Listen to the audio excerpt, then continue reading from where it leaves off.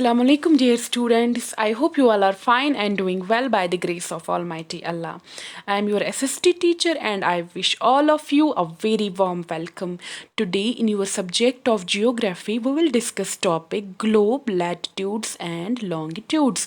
So students, इस chapter में हम पढ़ने वाले हैं ग्लोब क्या होता है, एक्सिस ऑफ अर्थ क्या है, पोल्स क्या होते हैं, इक्वेटर जो कि एक इमेजिनरी लाइन है उसके बारे में हम पढ़ेंगे, लैटिट्यूड्स क्या होते हैं, इनकी इम्पोर्टेंस क्या है, पैरेलल्स ऑफ लैटिट्यूड्स क्या होते हैं, हीट जोन्स ऑफ अर्थ क्या होते हैं, कौन कौन से हैं हीट जोन्स ऑफ अर्थ, या फिर लॉन्गिट्यूड्स क्या होते हैं, इनकी क्या इम्पोर्टेंस है, प्राइम मेरिडियन क्या होता है, लॉन्गिट्यूड एंड टाइम के बीच में क्या रिलेशन है, या फिर स्टैंडर्ड टाइम क्या होता है, ये सब हम समझेंगे इस चैप्टर में। तो चलिए स्टार्ट करते हैं ग्लोब, लैटिट्यूड्स एंड लॉन्गिट्यूड्स। तो स्टूडेंट्स, लास्ट चैप्टर में हमने पढ़ा अर्थ की जो शेप है वो बिल्कुल सर्कुलर नहीं होती है, बल्कि इसकी शेप को डिस्क्राइब किया गया है as a geoid. Geoid means earth like shape. हमारा जो अर्थ है वो पोल्स पे, मतलब कि ऊपर वाला साइड और नीचे वाला साइड जो है वहाँ पे दबा हुआ है, स्लाइटली फ्लैटनड है वहाँ पे, और बीच में ये जो है ये बल्जड है, मतलब कि बीच में जो हमारा अर्थ है वो उभरा हुआ है। ऐसी है हमारे अर्थ की शेप। तो ग्लोब जो है ये एक ट्रू मॉडल ऑफ अर्थ है, या फिर हम कहें एक रेप्लिका है हमारे अर्थ का, ट्रू पिक्चर है हमारे अर्थ की मिनिएचर फॉर्म में। ग्लोब अलग अलग साइजेस में पाए जाते हैं। कुछ ग्लोब्स जो है वो बहुत ही बड़े होते हैं जिनको ईजिली हम कैरी नहीं कर सकते हैं। कुछ ग्लोब्स बहुत ही छोटे होते हैं जिनको हम अपनी पॉकेट में रख सकते हैं और हम ईजिली इनको कैरी कर सकते हैं। और कुछ ग्लोब्स जो होते हैं वो बैलून लाइक होते हैं, मतलब कि हम ये बैलून होते हैं, हम इनमें हवा भरते हैं और वो फूल के फिर ये ग्लोब बन जाते हैं। तो ये जो ग्लोब है ये फिक्स्ड नहीं होता है, इसको रोटेट कर सकते हैं, मतलब कि ये हम इसको स्पिन कर सकते हैं जैसे कि एक व्हील स्पिन करता है। ग्लोब पे हम अलग अलग कंट्रीज़ को, अलग अलग कंटिनेंट्स को और अलग अलग ओशंस को देख सकते हैं उनके करेक्ट साइज़ में। तो अगर हमें एक पॉइंट की लोकेशन डिस्क्राइब करनी होगी ग्लोब पे, तो ये बहुत ही ज़्यादा हेक्टिक हो जाता है, बहुत ही डिफ़िकल्ट है। तो इसके लिए क्या किया गया है, कुछ इमेजिनरी लाइंस ड्रॉ की गई है ग्लोब पे। वो है तो नहीं, बस ऐसे ही इमेजिनरी लाइंस है, हमारी कन्वीनियंस के लिए ड्रॉ की गई है। तो इससे क्या होता है, हम इजीली प्लेसेस को लोकेट कर सकते हैं ग्लोब पे, या फिर टाइम का पता लगा सकते हैं, डेट का पता लगा सकते हैं इन्हीं इमेजिनरी लाइंस की मदद से। तो आपने नोटिस किया होगा, देखा होगा, ग्लोब जो है उसके बीच में एक नीडल जैसी फिक्स की गई होती है, एक टिल्टेड मैनर में, मतलब पूरा सीधा नहीं बल्कि थोड़ा टेढ़ा, उसको कहा जाता है एक्सिस। तो और ये जो दो पॉइंट्स है जिनसे ये एक्सिस पास होती है, उन पॉइंट्स को कहा जाता है पोल्स। ऊपर वाले पॉइंट को कहेंगे नॉर्थ पोल और नीचे वाले पॉइंट को कहा जाता है साउथ पोल। तो ये जो एक्सिस है इसी पे ये ग्लोब जो है, ये जो नीडल है, इसी पे ये स्पिन करता है, रोटेट करता है। बिल्कुल ऐसे ही हमारा अर्थ जो है वो भी रोटेट करता है, स्पिन करता है अपनी एक्सिस पे। एक्सिस है तो नहीं, बट है इमेजिनरी लाइन, हम बस ये इमेजिन करते हैं। तो हमारा अर्थ भी इसी तरह से अपनी एक्सिस पे रोटेट करता है, और हमारी अर्थ की जो एक्सिस है वो टिल्टेड है 23.5 डिग्री एंगल पे। और हमारा अर्थ जो है इसकी मूवमेंट क्या है, इसकी मूवमेंट है वेस्ट टू ईस्ट, मतलब ये वेस्ट से ईस्ट की तरफ रोटेट करता है। तो आप ये याद रखिए कि ये जो एक्सिस है या बाकी लाइन्स है ये बस इमेजिनरी है, ये सच में नहीं है। ऐसी ही एक इमेजिनरी लाइन है जिसको कहा जाता है इक्वेटर। इक्वेटर ग्लोब को डिवाइड करता है दो इक्वल पार्ट्स में। ये भी एक इमेजिनरी लाइन है और ये हमारे अर्थ को डिवाइड करती है दो इक्वल पार्ट्स में। ऊपर वाले पार्ट जो कि नॉर्दर्न हाफ है उसको कहा जाता है नॉर्दर्न हेमिस्फीयर, और नीचे वाला जो है जो कि साउदर्न हाफ है उसको कहा जाता है साउदर्न हेमिस्फीयर। हेमिस्फीयर इसलिए क्योंकि स्फीयर मतलब गोला और हेमिस्फीयर मतलब आधा गोला, तो ऊपर वाला आधा हो गया है नॉर्दर्न हेमिस्फीयर और नीचे वाला आधा हो गया साउदर्न हेमिस्फीयर। तो ये जो इक्वेटर है ये हमारे अर्थ को डिवाइड करता है दो इक्वल पार्ट्स में। तो ये इक्वेटर एक बहुत ही इम्पॉर्टेंट इमेजिनरी सर्कुलर लाइन है जो कि मदद करती है डिफरेंट प्लेसेस को लोकेट करने में अर्थ पे। बहुत ही इम्पॉर्टेंट एक लैटिट्यूड है ये। तो इक्वेटर के बाद में जो भी पैरेलल सर्कल्स आते हैं पोल्स की तरफ, जब इक्वेटर से नॉर्थ पोल की तरफ जाएंगे तो जो भी, या फिर साउथ पोल की तरफ जाएंगे, जो भी पैरेलल सर्कल्स आते हैं उनको कहा जाता है पैरेलल्स ऑफ लैटिट्यूड्स, और इन लैटिट्यूड्स को मेजर किया जाता है डिग्रीज में। तो इक्वेटर के बाद में जो भी पैरेलल सर्कल्स आते हैं उनको कहा जाता है पैरेलल्स ऑफ लैटिट्यूड्स। तो ये जो इक्वेटर है ये रिप्रेजेंट करता है 0 डिग्री लैटिट्यूड। अब ये 0 डिग्री लैटिट्यूड क्यों रिप्रेजेंट करता है? क्योंकि इक्वेटर की जो डिस्टेंस है पोल्स तक, चाहे वो नॉर्थ पोल तक हो या फिर चाहे वो साउथ पोल तक हो, वो कितनी है? वो है 1/4 ऑफ द सर्कल।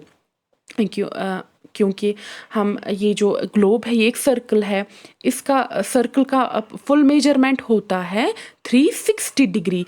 तो 360 डिग्री का 1/4 कितना होता है? वो होता है 90 डिग्री। और अगर हम 360 को डिवाइड बाय 4 करेंगे तो वो आएगा 90 डिग्री।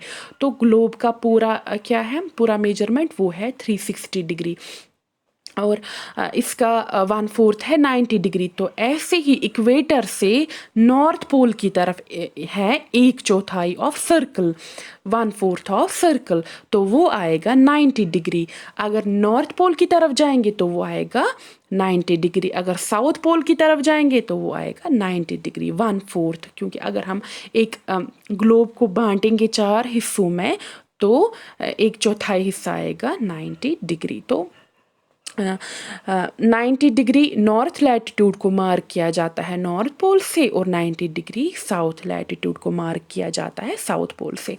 और जितने भी लैटिट्यूड्स आते हैं, पैरेलल लैटिट्यूड्स आते हैं इक्वेटर से नॉर्थ की तरफ, मतलब कि नॉर्थ पोल की तरफ जितने भी लैटिट्यूड्स आते हैं उनको कहा जाता है नॉर्थ लैटिट्यूड्स। और ऐसे ही साउथ की तरफ जितने भी लैटिट्यूड्स आते हैं इक्वेटर से साउथ की ओर जब जाएंगे तो उनको कहा जाता है साउथ लैटिट्यूड्स। और हर लैटिट्यूड को फॉलो किया जाता है नॉर्थ और वर्ड से नॉर्थ और साउथ, और इनको इंडिकेट किया जाता है, नॉर्थ को इंडिकेट किया जाता है एन से और साउथ को इंडिकेट किया जाता है साउथ से। तो नॉर्थ में जितने भी लैटिट्यूड्स आएंगे उनको एन से इंडिकेट किया जाएगा और साउथ में जितने आएंगे उनको एस से इंडिकेट किया जाता है। जैसे कि चंद्रपुर जो कि महाराष्ट्र इंडिया में है और बेलो हॉरिजॉन्टे जो कि ब्राज़ील में है, वो दोनों 20 डिग्री लैटिट्यूड पे आते हैं। अब यहाँ पे कन्फ्यूजन हो गया कि दोनों कैसे 20 डिग्री लैटिट्यूड पे आते हैं। तो जो चंद्रपुर है वो 20 डिग्री नॉर्थ लैटिट्यूड पे है और जो बेलो हॉरिजॉन्टे है वो 20 डिग्री साउथ लैटिट्यूड पे है। तो चंद्रपुर आएगा 20 डिग्री एन लैटिट्यूड पे और बेलो हॉरिजॉन्टे आएगा 20 डिग्री एस लैटिट्यूड पे। ऐसे हम प्लेसेस को लोकेट कर सकते हैं डिफरेंट लैटिट्यूड्स पे।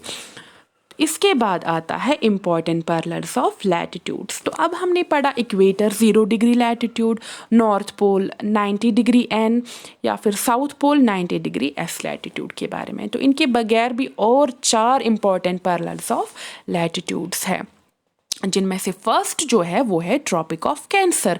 ट्रॉपिक ऑफ कैंसर जो कि नॉर्दर्न हेमिस्फीयर पे आता है 23.5 डिग्री नॉर्थ में। तो अगर आप इक्वेटर से नॉर्थ पोल की तरफ जाएंगे तो 23.5 डिग्री पे आएगा ट्रॉपिक ऑफ कैंसर। ऐसे ही अगर आप साउथ की तरफ जाओगे, साउदर्न हेमिस्फीयर में साउथ पोल की तरफ, तो 23.5 डिग्री साउथ पे आएगा ट्रॉपिक ऑफ कैप्रिकॉर्न। और अगर आप नॉर्थ पोल की तरफ जाएंगे तो 66.5 डिग्री पे आएगा आर्कटिक सर्कल। ऐसे ही अगर आप साउथ पोल की तरफ जाओगे तो वहाँ पे आएगा 66.5 डिग्री पे एंटार्क्टिक सर्कल। तो ये बहुत ही इम्पॉर्टेंट है क्योंकि इनकी इम्पोर्टेंस ये है कि अलग अलग लैटिट्यूड्स के बीच में अलग अलग अमाउंट ऑफ हीट जो है वो डिस्ट्रीब्यूट होता है। तो जैसे कि ट्रॉपिक ऑफ कैंसर और ट्रॉपिक ऑफ कैप्रिकॉर्न है, इनके बीच जो लैटिट्यूड्स आते हैं उनमें अलग अमाउंट ऑफ हीट जो है वो डिस्ट्रीब्यूट होता है। वैसे ही आर्कटिक सर्कल और नॉर्थ पोल में अलग अमाउंट ऑफ हीट डिस्ट्रीब्यूट होगा, वैसे ही एंटार्क्टिक सर्कल और साउथ पोल के बीच में अलग अमाउंट ऑफ हीट होगा। तो यही इम्पोर्टेंस है इन पैरेलल्स ऑफ लैटिट्यूड्स की। तो ये हमें इनकी ये सिग्निफिकेंस है कि इनसे हमें पता चलता है कि किस लैटिट्यूड में कितनी हीट पहुंचती है। इसके बाद आता है हीट जोन्स ऑफ अर्थ। तो हीट जोन्स ऑफ अर्थ क्या है? जैसे मैंने अभी आपको बोला कि अलग अलग लैटिट्यूड्स के बीच में अलग अलग अमाउंट ऑफ हीट डिस्ट्रीब्यूट होता है, तो इनको कहा जाता है heat zones of earth. For example tropic of capricorn और ट्रॉपिक ऑफ कैंसर के बीच में जो जोन आता है वहाँ पे अलग हीट होती है, और ट्रॉपिक ऑफ कैंसर और आर्कटिक सर्कल के बीच अलग जोन है, अलग हीट जोन है, क्योंकि यहाँ पे अलग अमाउंट ऑफ हीट पहुँचती है, डिस्ट्रीब्यूट होती है। तो यही होते हैं heat zones of earth. According to the amount of heat ये डिवाइड, मतलब कि ये वेरी होते हैं। तो फर्स्ट जो है वो है टॉरेट जोन। टॉरेट जोन क्या है? तो जो मिड डे सन है वो साल में एक बार, उसकी जो रेज है, सन की रेज जो है वो साल में एक बार पड़ती है। जो ट्रॉपिक ऑफ कैंसर और ट्रॉपिक ऑफ कैप्रिकॉर्न के बीच में जो लैटिट्यूड्स आते हैं वहाँ पे साल में एक बार सन की डायरेक्ट जो रेज है वो पड़ती है। तो ये जो जोन है ये रिसीव करता है मैक्सिमम हीट को, और यहाँ का टेम्परेचर जो होता है वो बहुत ही ज़्यादा होता है, क्योंकि इस जोन में डायरेक्ट सनलाइट पड़ती है, सन की रेज डायरेक्ट पड़ती हैं, और यहाँ का टेम्परेचर मैक्सिमम होता है। तो इसको कहा जाता है टॉरेट जोन। इसके बाद जो ट्रॉपिक ऑफ कैंसर और ट्रॉपिक ऑफ कैप्रिकॉर्न जो है, इनके बीच में जो मिड डे सन है वो कभी शाइन नहीं करता है उन लैटिट्यूड्स में जो ट्रॉपिक ऑफ कैंसर के बाद में आते हैं और ट्रॉपिक ऑफ कैप्रिकॉर्न के बाद में आते हैं, क्योंकि इन सन रेज का जो एंगल है वो डिक्रीज होता है टुवर्ड्स द पोल्स। जैसे जैसे पोल्स की तरफ जाते हैं तो सन की जो रेज है वो भी क्या होती है, वो टिल्ट होती है, इनका एंगल जो होता है वो डिक्रीज होता जाता है। जितनी टॉरेट जोन में सनलाइट होगी, सन की रेज पड़ेगी, उतनी टेम्परेट जोन में नहीं पड़ेगी। तो इस वजह से ये जो ट्रॉपिक ऑफ कैंसर है या फिर ट्रॉपिक ऑफ कैप्रिकॉर्न जो है, इनमें मॉडरेट टेम्परेचर होता है, इन एरियाज़ में मॉडरेट टेम्परेचर होता है, क्योंकि जो सन की रेज है वो डायरेक्ट नहीं पहुंचती है वहाँ पे, वो पहुंचती है वो मगर टिल्टेड, मतलब कि कम पहुंचती है। इसी वजह से इनका टेम्परेचर जो होता है वो मॉडरेट होता है, इसीलिए इनको कहा जाता है टेम्परेट जोन्स। तो इसके बाद आता है फ्रिजिड जोन्स। तो वो एरियाज़ जो आते हैं आर्कटिक सर्कल और नॉर्थ पोल के बीच में, नॉर्दर्न हेमिस्फीयर में, और एंटार्क्टिक सर्कल और साउथ पोल के बीच में जो एरियाज़ आते हैं साउदर्न हेमिस्फीयर में, वो बहुत ही ज़्यादा सर्द होते हैं, वो वहाँ बहुत ही ज़्यादा सर्दी होती है।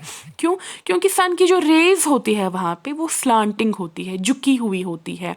वहाँ पे सन की रेज तो पड़ती है, पहुँचती है, मगर बहुत ही कम। ऐसा नहीं है कि वहाँ पे अंधेरा होता है, वहाँ पे सन की रेज पहुँचती है, उजाला होता है, मगर बहुत ही कम पहुंचती है। हीट वहाँ पे, सन की हीट जो है वो बहुत ही कम पहुंचती है वहाँ पे, इसीलिए वहाँ का जो टेम्परेचर है वो बहुत ही कम होता है, वहाँ पे बहुत ही ज़्यादा सर्दी होती है, इसीलिए इनको कहा जाता है फ्रिजिड जोन्स, मतलब कि पोलर जोन्स, वहाँ पे बहुत ही ज़्यादा सर्दी होती है।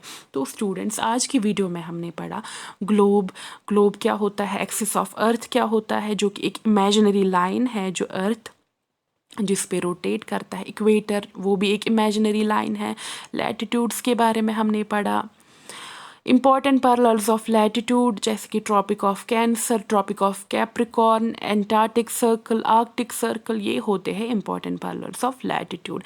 हीट जोन्स ऑफ अर्थ कौन कौन से हैं, टॉरिड जोन, टेम्परेट जोन और फ्रिजिड जोन्स, इनके बारे में हमने पढ़ा। तो students, I think this is enough for today. हम आगे की वीडियो में और पढ़ेंगे। टिल देन, अल्लाह हाफिज़ एंड टेक केयर।